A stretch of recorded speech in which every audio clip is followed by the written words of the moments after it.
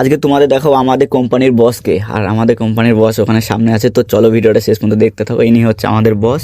আর বস সত্যি বলতে কি এত ভালো মানুষ যে মুখে বলার নাই। ইনি 5 রক্তই নামাজ পড়ে, 1 রক্ত নামাজ কামাই করে না। আসসালামাইকুম। ওয়ালাইকুম আসসালাম রহমতুল্লাহ। আমাদের বস কেমন সবাই বলবা, কিরকম আমাদের বস? এতদিন যে ভিডিও বানিয়েছি শুধু ঝোড় জঙ্গল বা পাহাড় এইসবগুলো তোমাদের দেখিয়েছি, কিন্তু আজকে তোমাদের দেখাবো যে মরিশাসের রূপ কেমন মরিশাস ভিতর থেকে। আমরা তো শুধু জঙ্গলে দেখাই, কারণ জঙ্গলে ঘুরতে ভালো লাগে, আর এখানে মানুষজনের ভিড়ে আসতে খুব একটা সত্যি ভালো লাগে না, কারণ ফরেস্ট সবচেয়ে বেটার। ওখানে একদম ন্যাচারাল জিনিস সব কিছুই।